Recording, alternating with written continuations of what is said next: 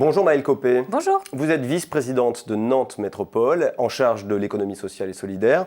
Et vous êtes aussi membre du réseau des collectivités territoriales pour une économie solidaire, le RTES, on en reparlera. Imaginons un ou une élue, suivant ce MOOC, est convaincu soudain que l'économie sociale et solidaire est une bonne stratégie à mettre en œuvre pour déployer les politiques qu'il ou elle a la charge de mener. Qu'est-ce que vous lui conseilleriez comme premier pas pour entamer cette démarche? Alors, je pourrais lui conseiller d'abord d'essayer d'identifier avec qui il peut ou elle peut travailler. L'idée, en fait, dans cette première étape, ce serait de voir quel secteur il peut toucher ou elle peut toucher. Il faut savoir que l'économie sociale et solidaire, les acteurs sont dans des secteurs très différents. Ça va de la petite enfance à la COP funéraire ou de l'habitat, des déchets, du numérique. L'idée, c'est vraiment de pouvoir rentrer et enclencher dans une coopération entre les acteurs, parce que derrière, dans cet ADN qu'ont les acteurs de l'économie sociale et solidaire, on a un démultiplicateur, on a un accélérateur de politiques publiques et d'action dans les politiques publiques, je parlerai de transversalité dans différentes politiques publiques. Aujourd'hui, des acteurs de l'ESS développent des solutions que d'autres n'ont pas, en fait. Donc l'idée, ce serait vraiment d'identifier ces acteurs-là et de les mettre en coopération, en lien avec les enjeux de la collectivité. Alors comment on fait pour les repérer? Parce qu'admettons vraiment qu'on débute sur le champ de l'économie sociale et solidaire. J'ai une politique, petite enfance. J'ai envie de le mener parce que je sens qu'effectivement je suis convaincu qu'il y a des externalités positives à le faire sur le mode de l'économie sociale et solidaire. Comment je commence? Je ne sais pas qui existe, où je trouve l'information pour savoir ceux qui existent sur mon territoire. Alors, il y a plusieurs outils à votre disposition. Il y a d'abord les CRES, qui sont les chambres régionales de l'économie sociale et solidaire, qui développent des observatoires. Donc là, vous allez avoir, je dirais, de la formation froide, c'est-à-dire que vous allez avoir le nombre d'emplois, les secteurs, etc. Et donc, vous aurez aussi la capacité de définir une première image, en fait, de l'économie sociale et solidaire sur votre territoire. Et puis, vous avez le réseau RTES. Ce réseau, je dirais, développe des outils chauds. En tous les cas, l'idée étant avec un certain nombre de témoignages, de bonnes pratiques, d'aller voir par exemple sur les politiques petite enfance ce qui se fait ailleurs. Et croisant à la fois du froid et du chaud, vous allez réussir à commencer à avoir une image plus précise de ce qui se passe sur votre territoire et aussi une ambition qui commence à se dessiner. Seulement, il faut, à mon avis, aller plus loin parce qu'il y a des limites à déjouer, puisqu'on a souvent tendance à repérer les gros, ceux qui existent. Généralement, les bénévoles sont peu mis en avant. Et puis surtout, il y a ceux qui arrivent, ceux qui ne sont pas encore dans les statistiques, ceux qui n'ont pas encore développé ou expérimenté, qui ne sont pas dans les fiches projets ou dans les fiches pratiques du RTES. Et donc là aussi, il va falloir faire un travail de terrain qui s'orchestre au niveau de votre collectivité.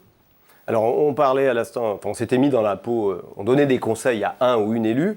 Évidemment, les élus, ils travaillent avec des services. Est-ce que par exemple, au sein du RTES, le réseau des collectivités territoriales pour une économie solidaire, on peut adhérer que l'on soit technicien ou élu? Alors, il y a tout à fait intérêt à adhérer. Vous comprendrez bien que je ne peux pas vous dire l'inverse de là où je parle. Mais en tout cas, l'intérêt d'y adhérer, c'est que vous pouvez bénéficier d'un certain nombre de formations, d'un certain nombre de rencontres nationales, un certain nombre d'ateliers très pratiques. Le prochain, par exemple, va parler du foncier et de l'ESS. Ça, c'est des choses très pratiques. Le dernier auquel j'ai assisté parlait de l'habitat, l'énergie et la transition énergétique pour les acteurs de l'ESS. Bref, vous allez avoir un certain nombre, là encore, de secteurs à déployer, des questions très diverses, des gens aussi qui ne sont pas toujours au même niveau de maturité. Mais l'idée, c'est justement de croiser tout ça et venir s'inspirer les uns les autres. Élus et techniciens à égalité. Ah, oui. Nous, on y va, enfin, quand je dis nous, je parle de Nantes Métropole, on y va en fonction des sujets, soit à deux, en duo politique-technique, soit l'un ou l'autre. Et c'est quand même une posture de coproduction, enfin de faire tomber un petit peu, enfin de considérer que quelle que soit la fonction qu'on occupe, on peut librement s'informer ensemble et contribuer. Oui, et puis on peut même aller plus loin. comme je vous l'ai dit, l'ESS, c'est savoir coopérer. Donc on peut même associer certains acteurs du territoire sur certaines thématiques et les valoriser à travers le RTES. Par exemple Nous, c'est arrivé sur les questions de foncier, par exemple. Nous, on parle à 3 voix. À la fois le politique, celui qui impulse la volonté, le technique, celui qui dépatouille les nœuds techniques du foncier, et puis les acteurs, le réseau des écosolides, qui va venir présenter aussi comment ils se sont appropriés les choses à nos côtés. Bon, voilà des ressources où on peut aller chercher des clés pour commencer pour une politique. Vous parliez aussi, quand on a préparé ce petit temps d'interview, de diagnostic partagé.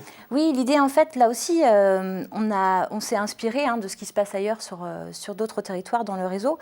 L'idée, c'est de commencer à révéler permettre aussi de révéler le potentiel ESS du territoire. Comme je disais, il y a ce qui existe, ce qu'on ne voit pas trop et qu'on va révéler, et puis le potentiel pour demain. Donc l'idée, c'est vraiment, dans une première étape, si on veut mettre en place une politique ESS, c'est d'identifier les thématiques à appuyer, les filières où on peut revenir renforcer.